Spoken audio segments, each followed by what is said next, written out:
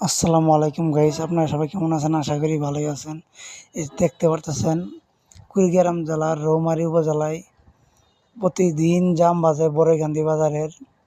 আমি আসছিলাম শেরপুর থেকে নৌকা খেলা দেখতে। আসি দেখি এই অবস্থা।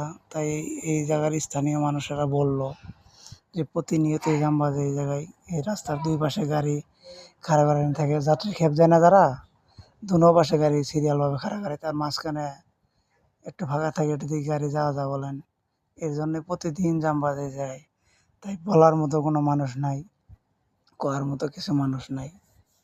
এই জায়গার স্থানীয় মানুষেরা বলল সরকারিভাবে যদি একটু খেয়াল রাখতো তাহলে খুব ভালো হইতো। এই জায়গার স্থানীয় মানুষেরা বলতেছে।